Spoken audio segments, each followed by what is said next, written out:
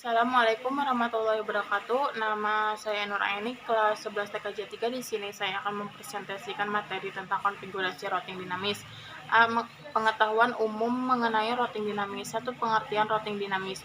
Routing adalah suatu protokol yang digunakan untuk mendapatkan rute dari satu jaringan ke jaringan yang lain. Informasi rute secara dinamis dapat diberikan ke router yang lain ataupun dapat diberikan secara statis ke router lain. Routing adalah proses di mana suatu router memforward paket ke jaringan yang dituju. Suatu router membuat keputusan berdasarkan IP address yang dituju oleh paket. Semua router menggunakan IP address tujuan untuk mengirimkan paket. Agar keputusan routing tersebut benar, router harus belajar bagaimana untuk mencapai tujuan. Ketika router menggunakan routing dinamis, informasi ini dipelajari dari router yang lain ketika menggunakan routing statis. Seorang network administrator mengkonfigurasi informasi tentang jaringan yang ingin dituju secara manual. Routing dinamis adalah routing yang dilakukan oleh router dengan cara membuat jalur komunikasi data secara otomatis sesuai dengan pengaturan yang dibuat. Jika ada perubahan topologi di dalam jaringan, maka router akan otomatis membuat jalur routing yang baru. Routing dinamis ini beberapa ada lapisan network layer jaringan komputer dalam TCP atau IP protokol switch. 2. Keuntungan dan kerugian routing dinamis. Jika dibandingkan antara routing statis dan routing dinamis, maka lebih baik menggunakan routing dinamis dalam jaringan yang cukup besar. Routing dinamis memiliki beberapa keunggulan, diantaranya sebagai berikut. A. Hanya mengenalkan alamat yang terhubung langsung dengan routernya atau jaringan yang berada di bawah kendali router tersebut. B. Tidak perlu mengetahui semua alamat network yang ada. C. Jika terdapat penambahan suatu network baru, maka semua router tidak perlu mengkonfigurasi, hanya router-router yang terkait yang akan mengkonfigurasi ulang.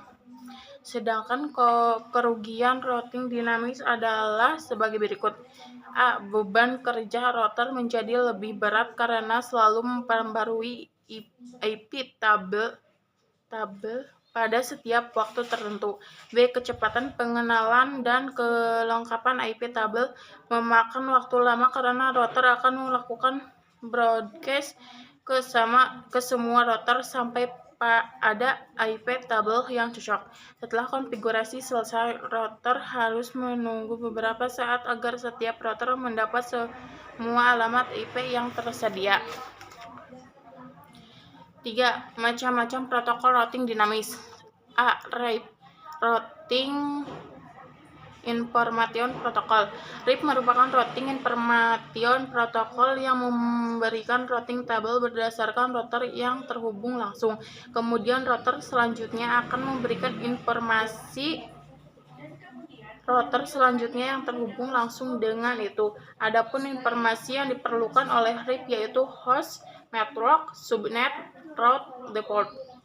RIP atau Routing Information Protocol merupakan routing information protocol menggunakan algoritma distance vector antara lain sebagai berikut. 1. Routing protokol distance vector. 2. Matrix berdasarkan hop count untuk pemilihan jalur terbaik. 3. Jika hop count lebih dari 15, paket dibuang. 4. Update routing dilakukan secara broadcast setiap 30 detik.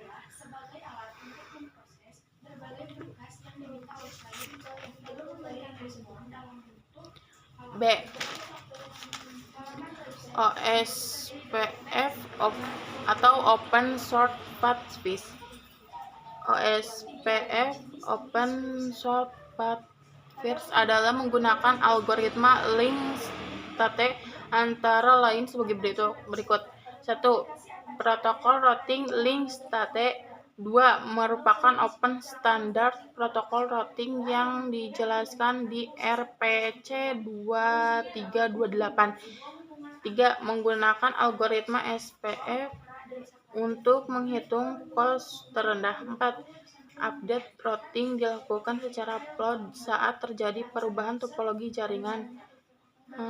OSPF adalah sebuah protokol standar terbuka yang telah diimplementasikan oleh sejumlah vendor jaringan. Sekian presentasi dari saya. Wassalamualaikum warahmatullahi wabarakatuh.